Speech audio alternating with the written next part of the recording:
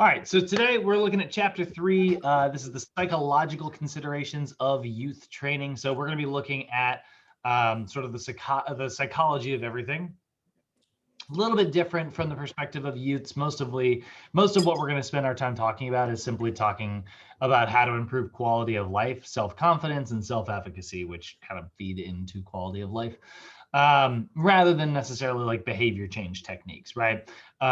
This is more about understanding how people think more so than it is about understanding like what tools are necessary. So it's a tone shift from the behavior change class. This will feel more similar to the sort of regular psychological aspects chapter in your textbook. So obviously psychological considerations are going to be really important for any of our clients, right? You need to consider it with your seniors, your youths, your adults, whatever. We definitely want to know a little bit about like how they're thinking, any negative thoughts that they might be coming up with, and sort of how we can work to combat those. So we're going to look at a couple different things. We're going to look at the 5 key traits of high achievers. If we know like what these traits are, we can encourage those types of traits in our clients and in ourselves.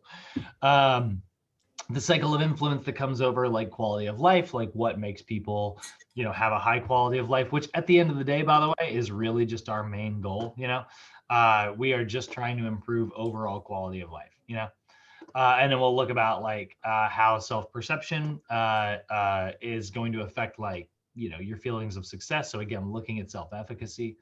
And then strategies to help our clients understand like their own goals, helping youths understand like how to create like goals. Youths are not super great with like goal setting, right? You're not going to really do a great job of like getting a kid to sit down and be like, all right, we need a specific, measurable, or attainable, realistic, timely goal. Love smart goals, just not going to work really well with kids. It's a little too structured. It's a little too abstract. But focusing on like specific like strategies or visions can be really, really helpful. So that'll be just an ever so slightly different look at things today. So looking at this, we need to understand that, we need to have a good understanding. We've already kind of talked about this, but the mind and the body are not separate things. They absolutely like influence each other, right? They are interdependent systems. Your psychologically is going to affect how you emotionally feel about things, and how you emotionally feel is going to affect how you physically feel, right? So when we look at the mind, we are looking at like psychological and emotional, right? Psychological is about how an individual might think about something. So, if you are the type of person who tends to be maybe a little bit pessimistic, right? Like, these type of things always happen to me, like I'm an unlucky person in general, right? Like things like that. That pessimism, that sort of negative psychological output has like, tangible effects on like your overall emotional well-being, and even how your body like physically performs its stuff. This is why, again, you go back to the idea of like positive self-talk that we talked about in our last class, right? Our last course, where we were talking about, I got this, I can do this. That stuff has been shown to have like tangible effects. People who say that before they try to do something usually succeed at it, right? There is just a mind-body connection there. And then emotionally is the same thing, right? Emotional, I think psychological can feed into emotional can feed into psychological, and both of them can feed into the body here. But like looking at emotional, this is how we feel about something, right? So psychologically might be how like your own like internal monologues, your internal dialogues, your internal thoughts, right? But emotionally is how you kind of your gut feeling, right? Are you nervous, scared, anxious, or are you confident, secure, and positive, right? If you have more of those positive emotions, that's going to lead to higher levels of achievement. So we know that we know a little bit about that, about the mind. So that's the kind of thing that we're trying to instill in like, especially our youth clients, right? We're trying to encourage them to think positively and feel positively about things, right? Then we've got the body side of it, right? We've got the body side. So the physical, right? This is how an individual like physically feels about things. And then anatomical is how somebody physically looks a certain way, which obviously can play a role in how someone like thinks and feels and things like that. how comfortable they are in their own body, for instance. This anatomic side of things does play like a role, especially like when we're talking about like teens. Teens sometimes have like certain insecurities and things like that.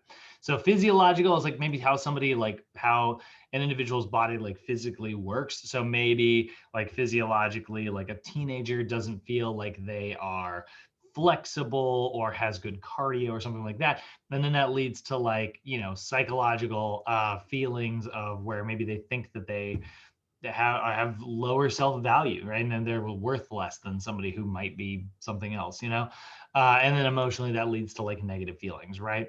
Not awesome. So we want to work to combat that. And anatomical too, right? Like somebody might be self-conscious about how they look, right? So there's definitely aspects to all of this that we need to be aware of. And what sucks is like when you have negative aspects here, it makes these worse. And when you have negative aspects here, you often feel worse, which feeds right back into it, right? People will often get depressed and then they will overeat or undermove. And then that causes them to feel, feelings of a lack of self-worth, and they'll feel very bad about themselves. And then that causes them to overeat and be physically, and it's a cycle, right? That's good. It's called a feedback loop. So, mind influences the body, body influences the mind. Versions of this that we often hear from our clients, especially like teens or adolescents, girls who don't feel fit, right? They don't look a certain way. They don't feel a certain way, right? Boys who can't run faster, boys who are not as like athletic or competitive as like their teammates or something, that can be one as well.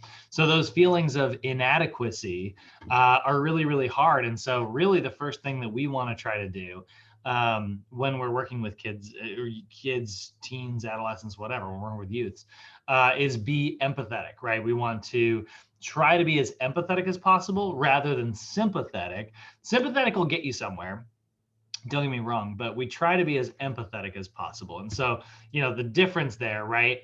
Sympathetic is like, oh, I'm sorry that you're going through that. That sounds hard, right? Versus like empathetic, like, I know what you're going through. I've been there myself, and that is hard, right? Like there's a slight difference there. Like sympathy is feeling bad for someone. Empathy is sort of seeing yourself in someone, right? That's sort of the difference there, like identifying with it.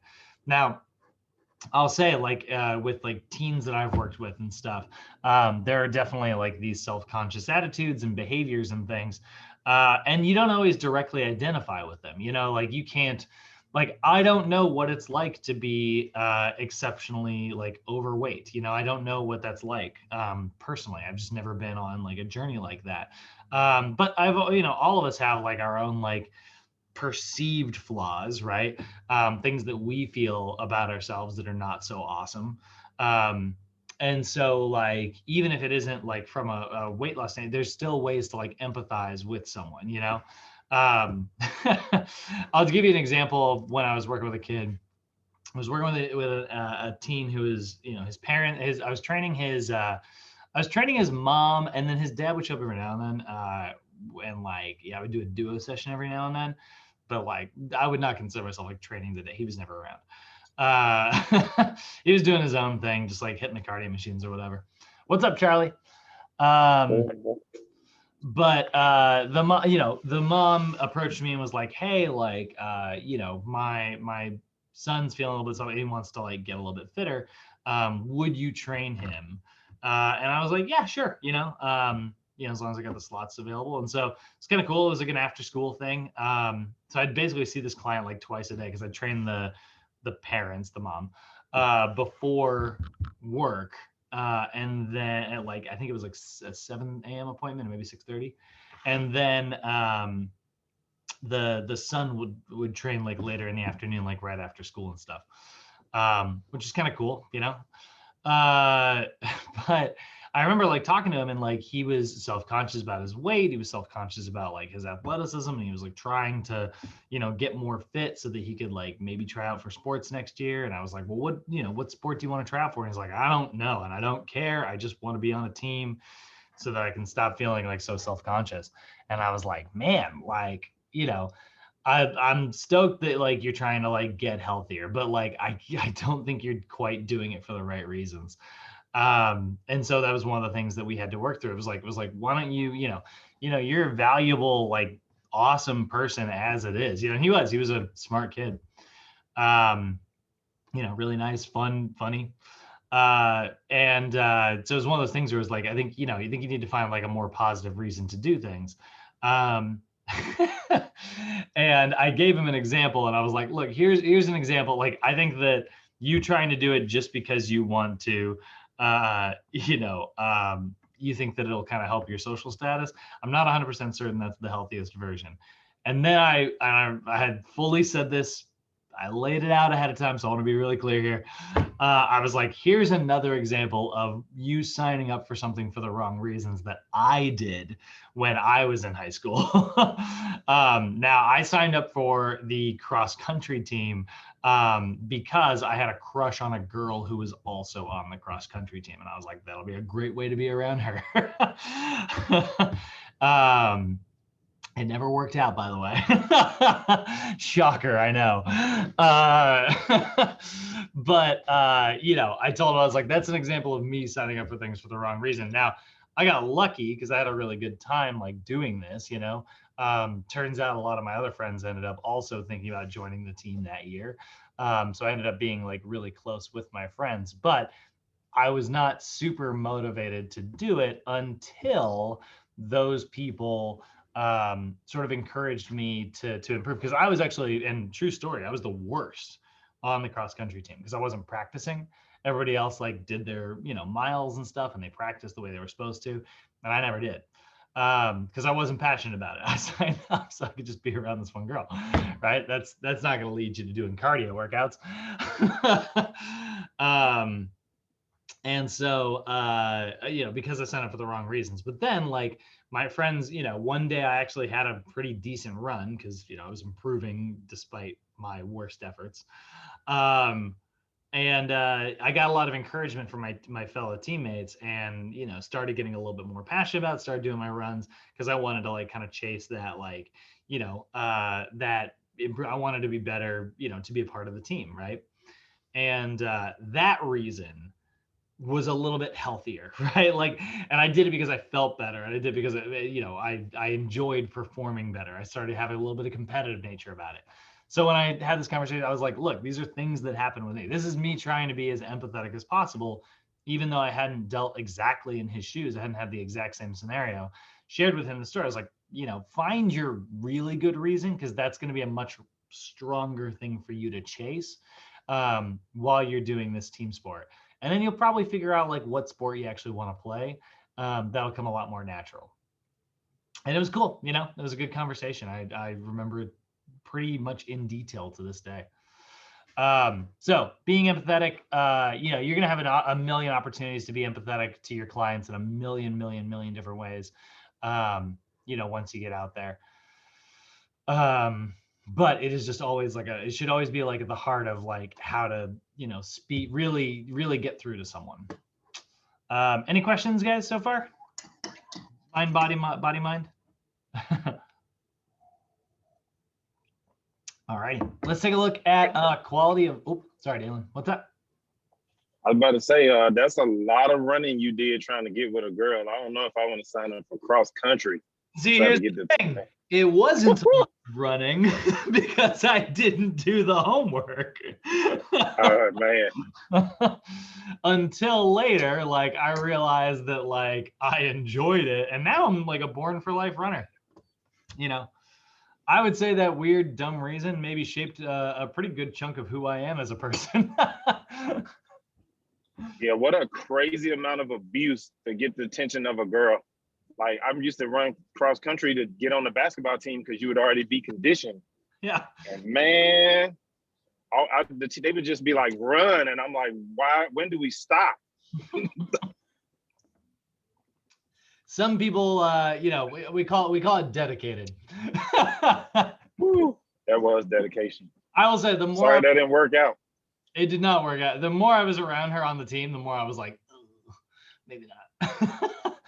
then that's, that's a classic like high schooler, right? Some dude's interested in a girl, he gets interested in her, then loses interest, and then suddenly she's interested in him, and then he's a jerk.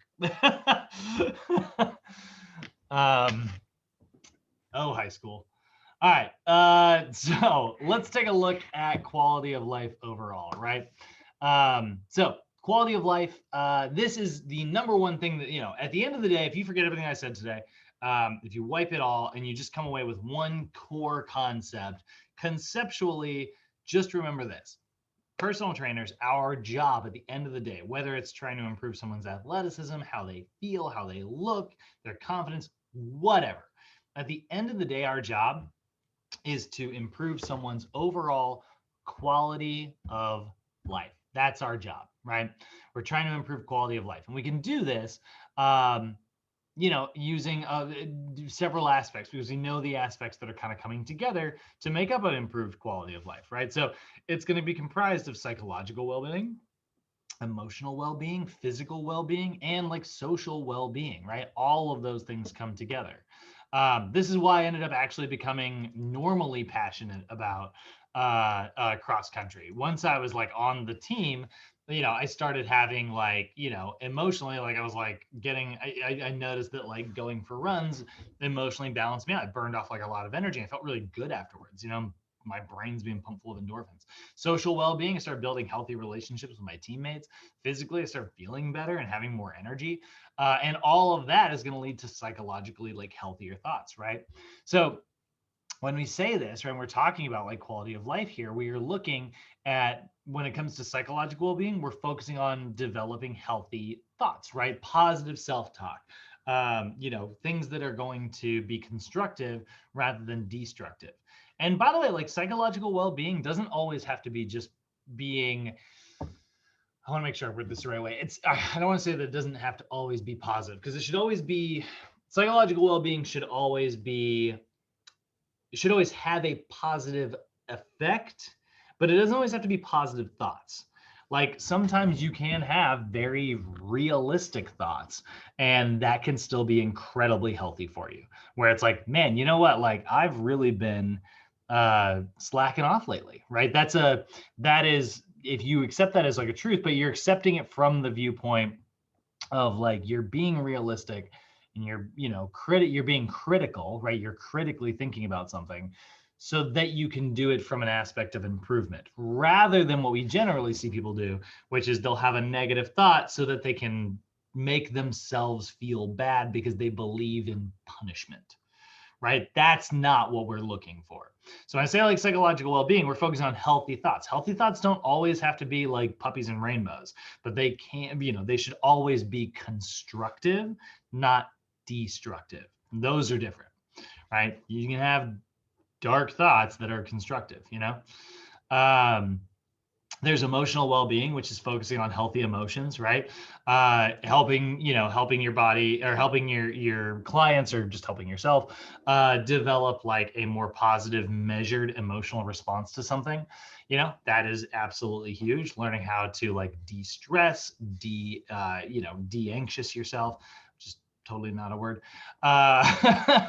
Learning how to like reduce those negative emotions, because maybe you're psychologically thinking better, or physically feeling better, or socially feeling better, right? All those are important. Social well-being, focusing on healthy relationships, me chasing a girl, quite literally, by the way, cross country.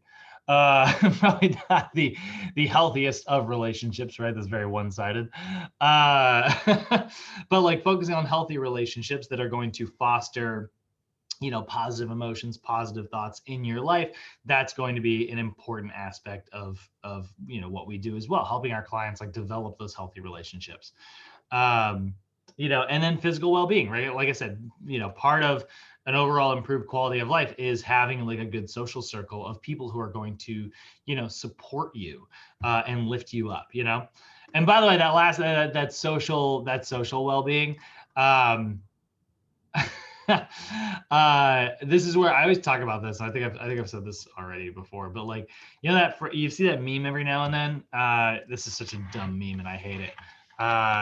Your friend bail you out of jail, best friend will be sitting in jail with you. You see this dumb meme all the time. You know, a good friend will bail you out of jail, but your best friend will be sitting in jail with you. You know, totally disagree. I think that like your best friend will be the one who's like, "You're being an idiot. Don't do it." And shakes you back into reality. Uh, because like that's part of like a social, like constructive relationship, right? You have people that are being, you know, willing to be honest with you and tell you like the brass tacks truth, you know? So all of those things are going to lead to improved quality of life. And these are all things that we can actually have a pretty positive effect on, right? We can teach our clients how to think healthier thoughts. We can encourage them to have healthier emotions. We can help them set up healthy social structures. And then obviously through training, they're going to have a much better physical well-being. So more than just lifting dumbbells, right? So this is where we kind of got to look further at quality of life. One of the biggest key factors in terms of quality of life that has a very, very large impact on how we think, how we feel, how we behave, is our self-perception. So self-perception is how an individual actually sees themselves, right? It's kind of in the title, right? It's your self-perceiving, right? It's how you see yourself, how you perceive yourself. And you're going to see yourself generally in two key factors here, right? So quality of life, again, kind of going back to that, right? It's your emotional well-being and self-perception here. So self-perception, which has a huge impact on your quality of life, if you see yourself as having a poor life, right? That's not going to be very constructive or helpful, right? That's definitely going to lead to feelings of inadequacy and anxiousness and regret.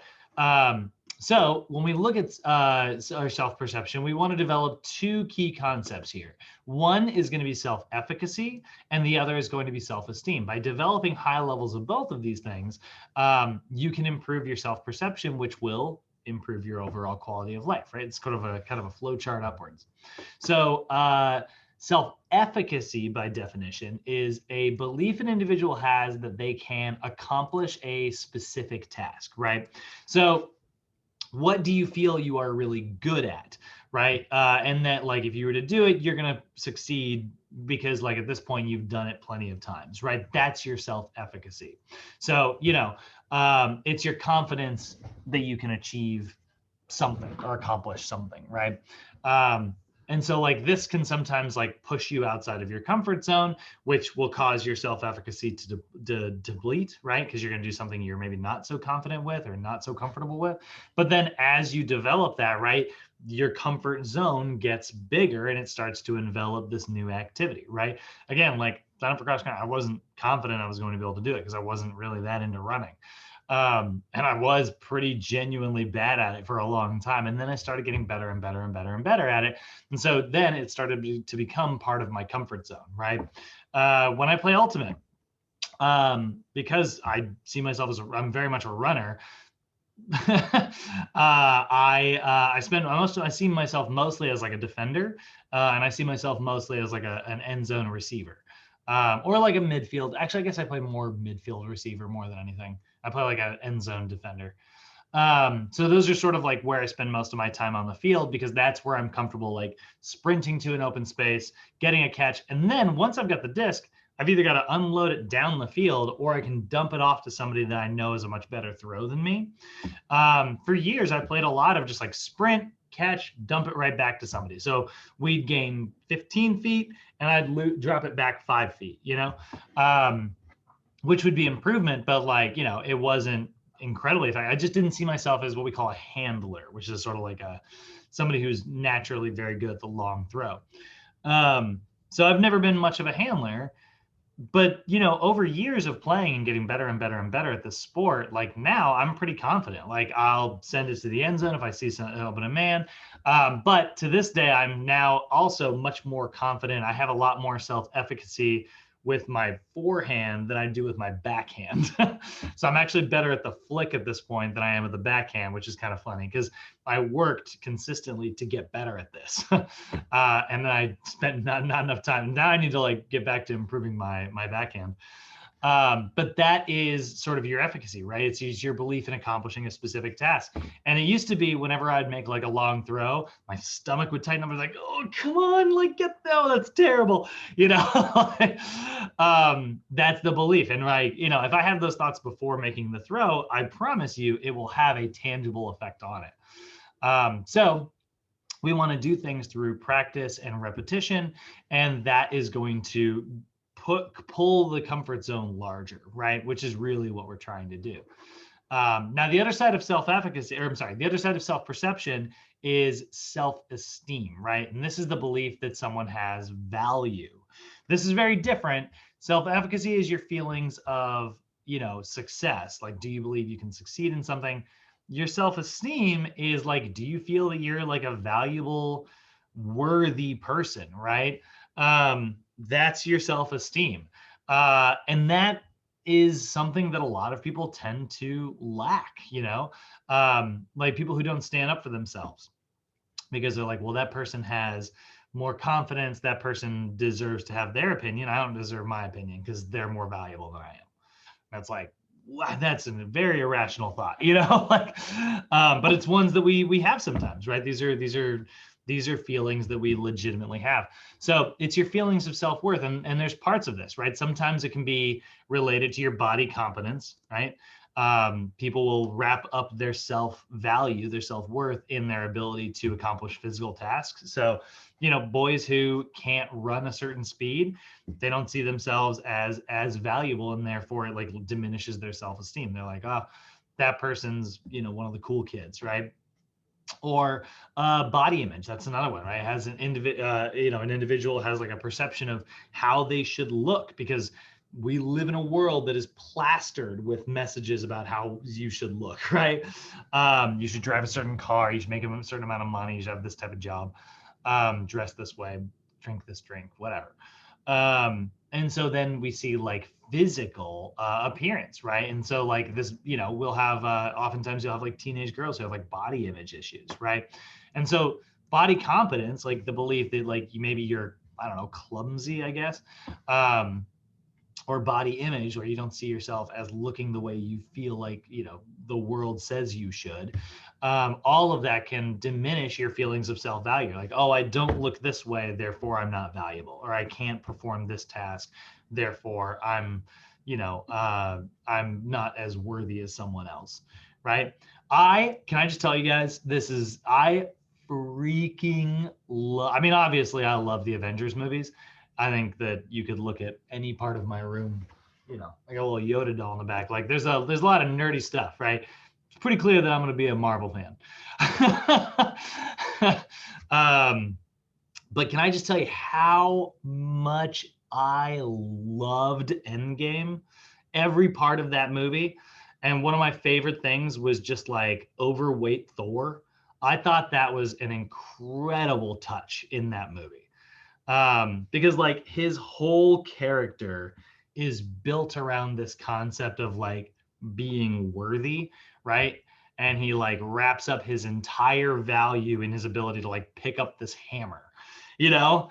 And then throughout the movie he learns this and that, and he goes on this journey, and he has this big character arc where like he develops like you know, he realizes like what the real sort of worthiness comes from, right? The real esteem, where it comes from, is just belief in yourself, and belief in your ability to accomplish tasks and be there, you know, as a value, you know, to like your friends and stuff. And I love that.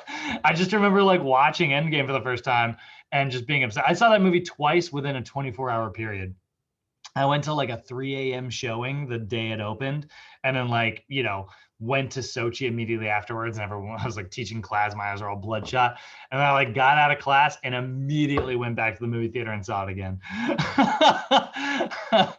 I was so stoked on that movie, and I just think that's one of the best things that they've written in. I think that was a really, really cool touch, you know.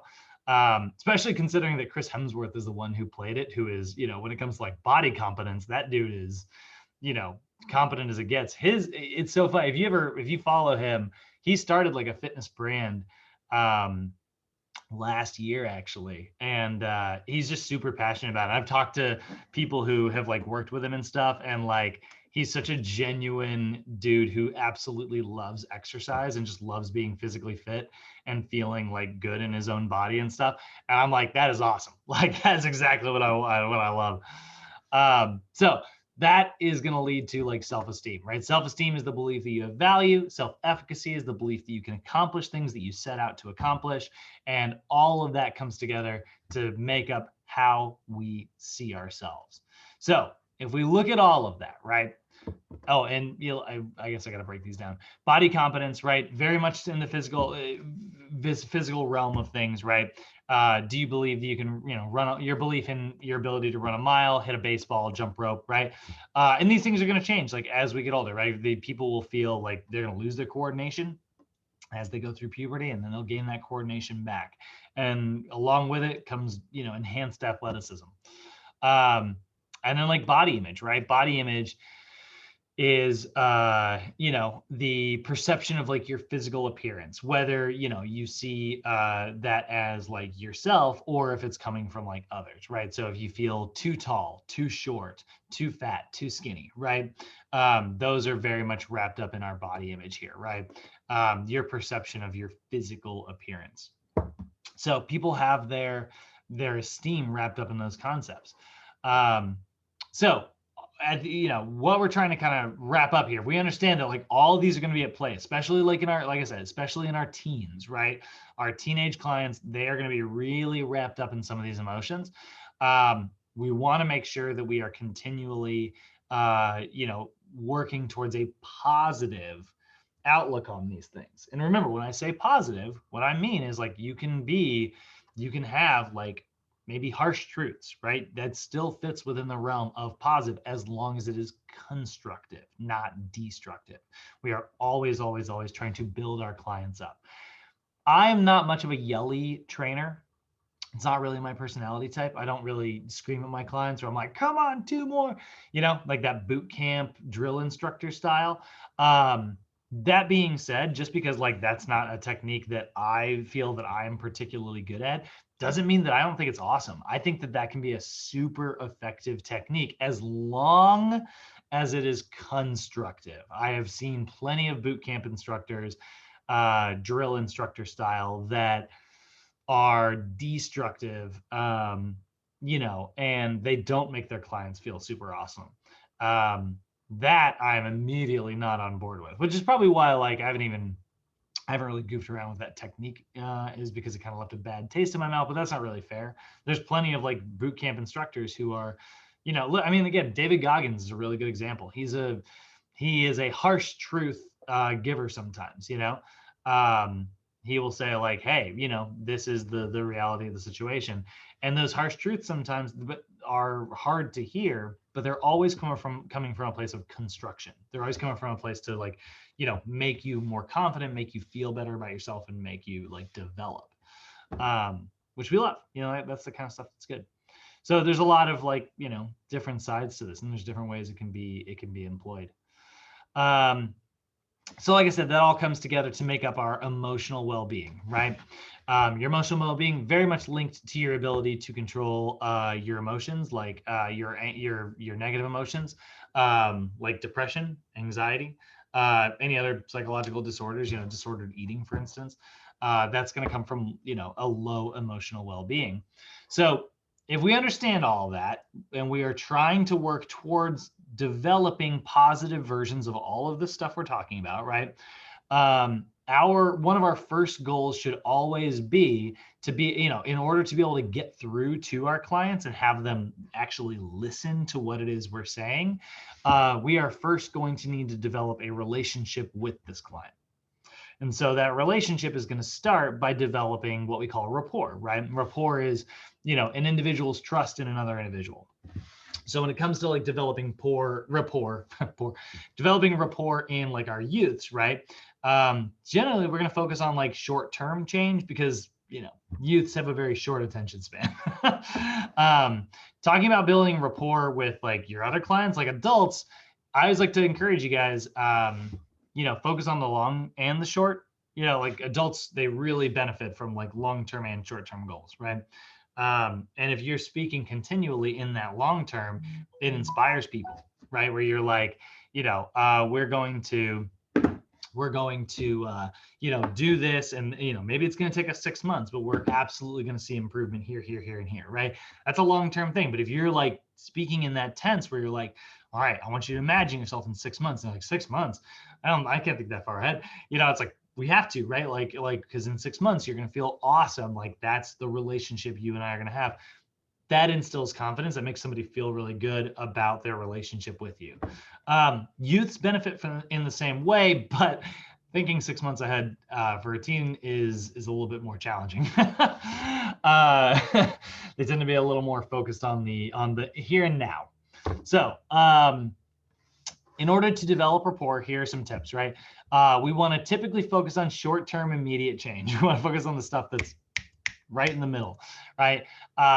Because youths generally are very focused on the here and now, right? They want to become the world's best baseball player, and baseball season's over. They want to become the world's best, you know, moving on. So we want to develop our youth clients in the here and now. So identify with them, like figure out like what activities are important to that youth, right? You know, and start incorporating those activities. Is it like societal acceptance, like from their peers? Do they want to be more popular, or like, you know, have a larger like circle of friends or something like that? If that's what they are aiming towards, right? You know, we want to find a way to like incorporate activities, you know, build up their confidence so it's easier for them to like speak to other individuals, right? Or maybe it's their school performance, right? Maybe they want to, you know, improve like how they are doing in school. Not something we as trainers, you know, we're not sitting there helping our clients with homework and stuff, but like being there and encouraging them during our sessions, where it's like, hey, you're doing great on this. You know, I bet you're crushing it on your homework lately. And if you're struggling, well, look, you struggled at this at first and you got better at it, right? Drawing a parallel there can make them feel really good. Maybe it's sports performance. That's one that we have a direct impact on, right? Helping them, you know, get faster, more agile, stronger, right? And then one of the other ways to build rapport that's just really awesome is just have fun. Have fun with your youth clients, you know? Speed ladders, cones, jumping over stuff. Get creative, get fun with your workouts, write some stuff that's weird, you know. Like kids love that kind of stuff, right? So building activities that are important to your client is going to be obviously a big way to develop that rapport, right? So if you find out that they're what is important to them, or any of these things here, or any other things, right? School performance, sports performance, whatever. Once you figure out like what's important to them, then we can start incorporating that into our sessions. I will tell you one thing that I totally failed at once that I was trying to do stuff like this in. Had a youth client who was like, I mean, like I said, I didn't work very often with kids. I usually work with like I would work with adolescents, but even then that was somewhat rare. But in a team that I was working with, who I think was like, I might even been an actual teen, might have been like around 12. Biggest experiment that was a huge fail was me trying to incorporate like quizzing and like, you know, stuff that was, I thought, related to like schoolwork into our workouts. It totally crashed and burned. Just wasn't able to find a like good system for doing it. And it's like, all right, you got to answer this question, and then like, you know, I'm picking like adult level trivia. Not wise. But at least it was fun. You know, I still got like a pie. She was like, that was fun. And I was like, yeah, I mean, you didn't get any of the questions right. I was like kind of hoping you would do better. But then again, I was picking incredibly hard things that, like, you know, I can't remember even a single example of one of the things I said, but I just remember being a kind of a bad experience. But try to, you know, they still had a good time, right? Like, so incorporate activities that are important to your client, right? And then another one, acknowledge or address any of their fears or any of their boredoms, right? Any of those negative emotions that they might be experiencing, any frustrations, right? Try to address those things. Like, hey, like, you know, you look frustrated. What's going on, right? And it's like, oh, I'm just not good at this, right? It's like, well, nobody's good at something until they've done it a lot of times, right? Or, it's a little boring. Really? All right, let's change it up. Let's do a variation, right? Change things. Acknowledge those things. Don't just like try to like get your youths to push through those things. It's just not going to be effective. Kids do what they're going to want to do. And try to help them understand the benefits of what it is you're working towards. So when you're trying to like help them like, understand the benefits of things, simple descriptions of what is going on and like why you chose which exercise you chose. And by the way, I think this can apply to anyone. This is not just a youth thing, in my opinion. This is applicable to every client we've got. Just helping them understand like, hey, we're doing this because it's going to X, Y, and Z is really helpful, right? Remember how we talked about like your rounded shoulders? This exercise is going to pull those shoulders back, right? This exercise is going to put your neck back on top of your head rather than being craned forward. This exercise is going to improve your cardio. All of those, like just continually focusing on like why it's improving things is a great way to get your client to not only be like motivated during their session, but also like have a greater level of trust in you. Because you are basically, when you're doing stuff like that, reminding them that like, hey, I remember what you told me you're working on. I paid attention, I heard you, and this is the result. And they're like, they heard me. Like people want to be heard. People like being heard. So it is a great way to build a stronger relationship with a client. Any comments, guys? Any questions so far? Anyone want to chime in?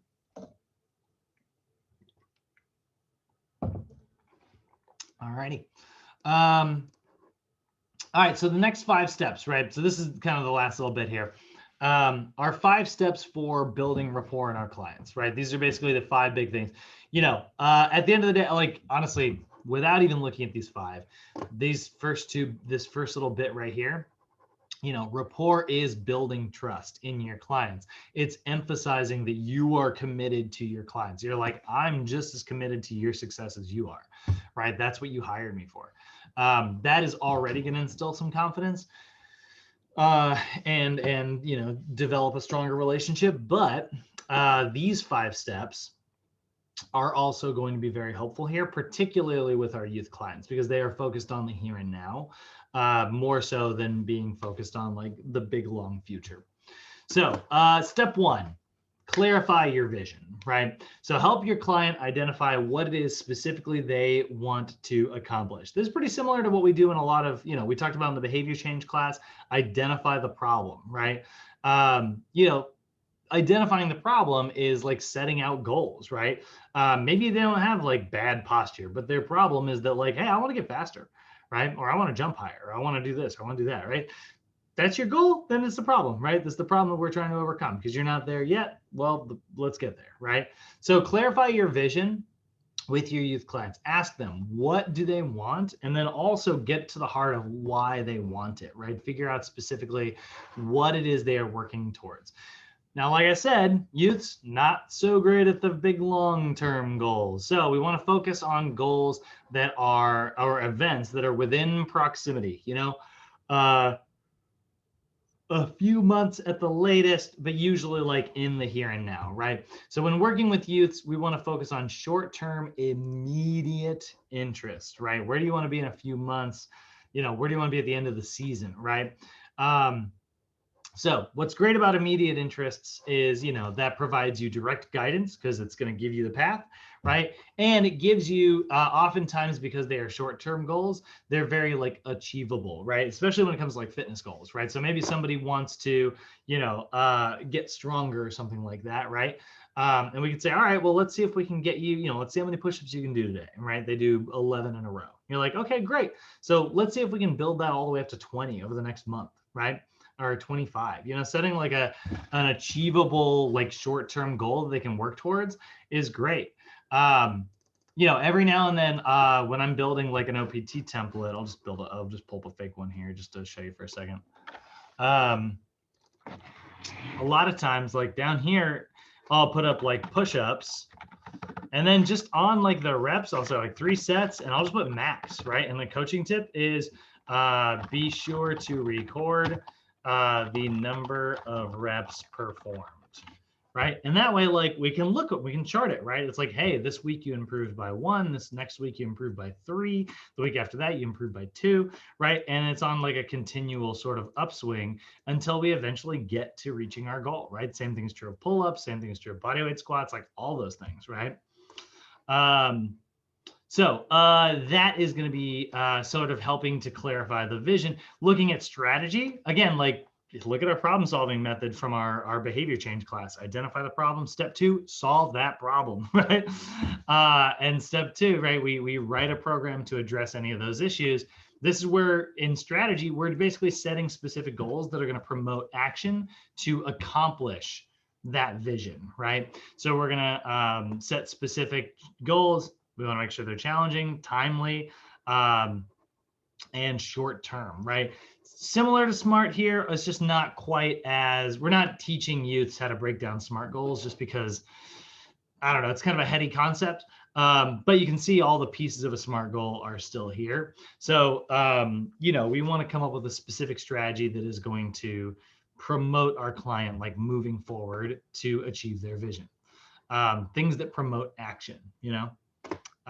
Love actionable goals. You know, I always tell people like the way you know if a goal is actionable is, you know, when you look at it, do you know exactly what actions you need to take to accomplish that goal just by glancing at it, right? And then there's belief. You know, we want to enhance our clients' confidence and we want to enhance their belief in their ability to accomplish specific tasks, right? We can enhance that belief by giving our clients specific things to overcome. So this is a little bit different, right? We're going to pivot outside of what we've talked about in the past. Once we've got our strategy, we start doing things that sort of build into that strategy that promote the belief in success. So if you've got a client who's trying to run a faster mile, having them perform like recording some other things that might be building up to that mile, recording their 40-yard dash or 100-meter dash or 400-meter dash, right? Recording those times and looking for improvements in all those aspects is helpful. Remember from the weight loss mod, we talked about recording lots of different pieces of data, right? Record their body fat percentage, record their circumference measurements, record their weight, record, you know, calculate out their muscle mass, all of those things. We're looking for improvement in any of those categories, right? That is going to build up the belief that your client has in their ability to accomplish their tasks, right? So we can, you know, help them believe in their abilities, which can influence their behaviors. So we want to give our clients, we want to enhance their belief by giving them tasks that we know that they can accomplish. And then another thing that we can do that can also enhance their belief is teaching them that visualization or imagery techniques that we talked about in behavior change, right? Helping them use like visualization to say like, all right, I want you to, you know, imagine yourself completing your goal. How are you going to feel? Like, what are you going to look like? What are you going to do to celebrate, right?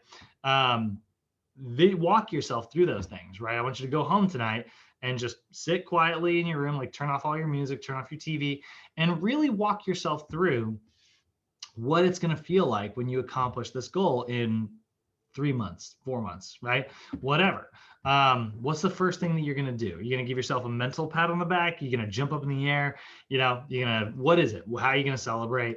What gets you stoked about that, right? So that visualization can actually enhance their belief in things because they're going to see themselves doing it, right? They're going to see it. So they're definitely going to practice. Now, I will say one thing. You remember from our imagery technique, we talked about visualizing making a mistake and then going back and resetting that and visualizing yourself doing it successfully. With our youths, we're going to kind of kill that one there. We're actually going to say, you know, don't visualize the poor technique. Don't visualize that. We're just going to focus on the positive. And then encourage people to visualize every day. You know, one that I've talked about, I know I've talked about this before, but in terms of like visualizing every day, if you can just get up and write I and then your name, will, and then your goal. And then, you know, if you can write that like 15 times out, it has been shown to be shockingly effective at improving your, you know, success at stuff. So visualize every day. It's very helpful. So it's a good morning task too. It'll wake you up. And then draw from past successes, right? Even if those past successes are like unrelated to like what it is. Maybe encouraging your clients like, hey, you're really struggling on improving your mile, and I can tell that it's like frustrating you. But like, remember when we were working on push-ups and like you could only do this many, but then like through practice and repeated exposure, you get better and better and better at it. Same thing's going to happen here. They're going to happen at different rates. You're going to be gifted in one area than another, but through hard work, you're going to overcome anything. Right. So draw from those past successes, even if like push-ups is totally unrelated to, your ability to run a mile. Doesn't matter. You get good at them through the same thing, consistency and practice, right? And that consistency is what leads me into persistence. We're going to fall off the wagon. We're going to feel bad about ourselves, right? So persistence, we want to have a persistent, ongoing belief and ongoing effort to accomplish a specific task. Work hard, but learn how to deal with those setbacks without fully derailing you. Remember how in the behavior change class, we talked about how there's a difference between lapse and relapse, right? Our job is to prevent, like, lapses are going to happen. That is a black and white sentence printed in the universe. You are going to fall off the wagon. It will happen. But learning how to accept that and move on is what is constructive versus making yourself feel bad about it and maybe giving up, which would be very destructive, right? So we want to help our clients encourage this, right? This is why we encourage daily exercise. Even if your client, is exhausted and they're like, I don't want to come today, I'm worn out. And it's like, just get here. It's like, yeah, but if I leave now, I'm only going to get there for 10 minutes. And it's like, yeah, but you will preserve the habit. And yeah, that 10 minutes is going to suck. It's not going to be as good as it could be, but it will preserve the habit. And you can pat yourself on the back for like doing this, dumb, hard task, right? And then, work hard and like I said, overcome those setbacks. But then on the flip side, that's like totally positive, reward your successes, reward your success for like improving those things. I had a very like, and this person is not one of my clients, but somebody at my Frisbee game who is consistently late. She never shows up on time. And I mean that like black and white. In fact, I can't think of a time. I actually literally can't think of a time in the last, obviously we haven't been playing that much, but I would say, and I want to make sure that I'm being truthful here, 2 years. I think in 2 years she hasn't showed up on time. So like consistent, right? And I get a text message every freaking week where she's like, hey, I'm gonna be late, hold a spot for me, right? And eventually, like I told her, I was like, hey, I don't want to get those texts anymore. And she's like, you don't want me to like let you know? And I was like, no. I mean, like if you consistently show up late, the purpose of texting is to like, say, hey, this is something out of the blue. Do me a favor. Like I have no reason to like want to receive these. Like your default time is late. And she's like, that's not true. And I'm like, oh no, it 100% is. And she took it kind of poorly. She's like, that's being really critical. I think you're being really rude right now. And I was like, I'm not being rude. Like, I didn't say anything. I'm not making a value judgment about you. I'm not saying you're less valuable than anybody else. But I'm saying like objectively, you don't ever show up on time. So there's no reason to like text me. It is assumed that you will be late. And the next week, she still showed up late. But she showed up only like 15 minutes late instead of like a full half hour. And she was like, are you proud of me? And I was like, which is totally her, by the way, like the reason she did that is because she's trying to like poke me. And I was like, no. It's like, I have no reason to. I was like, you shouldn't like, I have no reason to be proud of like anyone else, like your actions when we don't have like a relationship related to those actions. Like, I was like, are you proud of yourself? Like, you should be as proud of yourself as you feel you deserve to be. And she took it really poorly. She was like, that's so rude.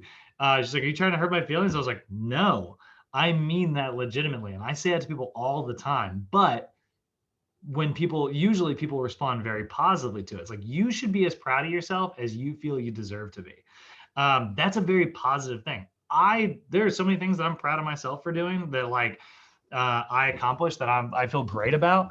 That is self-confidence, and that is self-persistence, like, rewarding yourself for working hard. It sounds to me, and like I was like, the reason you're upset with me is you're probably upset with yourself. I didn't say anything that was a value judgment, but it sounded to you like there was a value judgment, and it calmed her down, and she was like a little happier afterwards. So, that's like persistent. Reward yourself for your successes and be honest with yourself. Forgive your setbacks,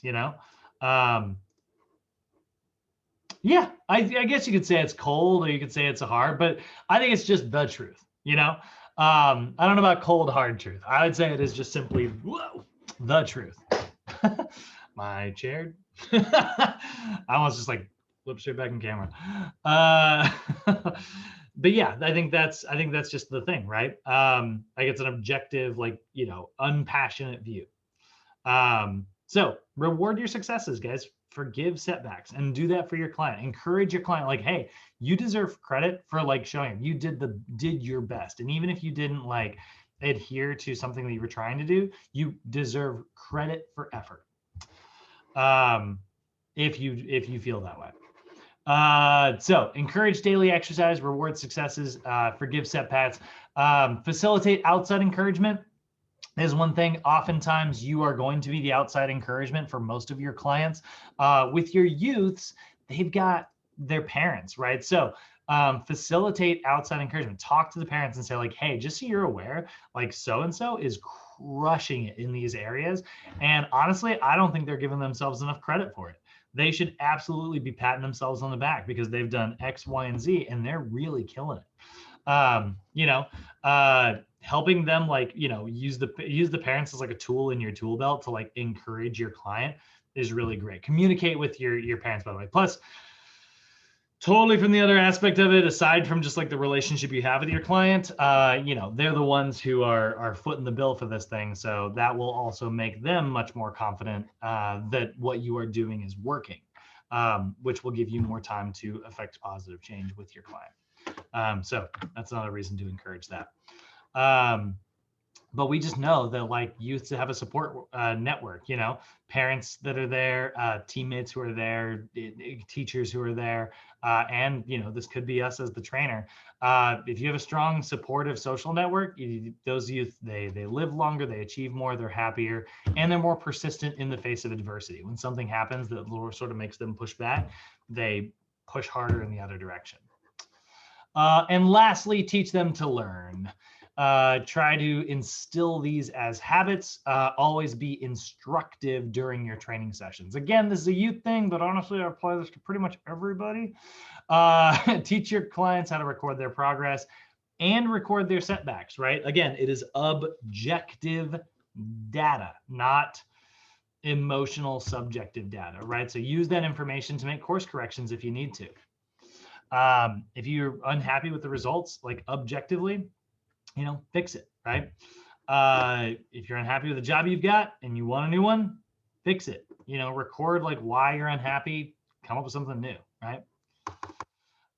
So summarizing everything up, your mind and your body, they're linked, right? We know that your mind affects your body affects your mind. Change in one is definitely going to lead to change in the other. The aspects of that we are going to consider are the psychological aspects, how people are thinking, the physical aspects, how people are feeling, the sensations they're feeling, the social aspects, their support network, and their emotional aspects, which are like how they are feeling emotionally, right? So psychological are like the thoughts, emotional are the emotions, physical are the sensations, and social are the relationships. And we want to see all of those things improve because they all have an influence on our main job as personal trainers, which is to improve quality of life. Your life will be better with stronger, healthy relationships. Your life will be better with positive thinking. Your life will be better with positive emotions. Your life will be better if you feel physically more confident and active. We also want to remember that self-perception is a thing. It is made up of two main concepts: your efficacy, which is your belief in your ability to accomplish a task, right? Told you guys, I got a pretty steep stretch goal this year. I'm trying to buy my first investment house by January. I have efficacy that I'm going to accomplish that task. I firmly believe I'm going to do it, you know. January, that's when that is happening. Self-esteem, which is your body competence, right? You know, do you feel like you can accomplish most things that you physically try to do? Or maybe like, how do you see yourself body image wise, right? Do you look the way you want to look? Are you confident in performance and physical attributes? We're trying to build all that up, right? In order to do any of this, we are going to need to have a strong relationship with our client, which is good because strong relationships are part of a healthy overall quality of life. So we're going to try to build rapport with our clients. We're going to identify what values are important to them. And then we're going to try to reflect those values. And then we are going to look at our 5 rapport building aspects here, which is, you know, developing a vision with our clients, helping them develop a strategy, helping them believe that that strategy is going to work, persistence for when they face those setbacks, and always continuing to encourage them to learn more about this process and do it themselves. Teach a man to fish, he'll eat for a day. Teach a man to, wait, nope, screwed that up. What am I, George Bush? Give a man a fish, he'll eat for a day. Teach a man to fish, you know, feed him for a lifetime. That wasn't a political dig or anything, but do you guys remember? I remember like George Bush where he goes, it wasn't that phrase. He said, fool me once. He gets and then he gets confused. He's like, fool me once, shame on. And as he gets lost, he's like, you fool me twat, you can't get fooled again. In high school, we used to quote that all of the time. It was so funny. Like our teacher pulled it up in class, which is how we all heard about it, and we all thought it was the funniest thing. We used to say it in class, and the other teachers had no idea what we were talking about. Oh my God. All right. Do you know who J. Cole is, Brad? J. Cole? Yeah. Yeah. You ever heard that at the beginning of his song? Did he really? Yeah, he used that in one of his songs. That's hilarious. I'm gonna look that up right now. It's what's the name of it? Jesus. No Role Models? Yeah, No Role Models. He uses it in there. That's hilarious. I'm gonna click this and then pause it. I'm gonna listen to it. I know that. Good Lord. Yeah, but anyway, we just thought that was so funny. I didn't know who J. Cole was until a student played it in the gym like I guess it was like a year and a half ago at this point. That's funny. Any questions today, guys? Any fun comments? Yeah, I'm sitting in front of Sochi. Are you really? Yeah, waiting for Nune to get here.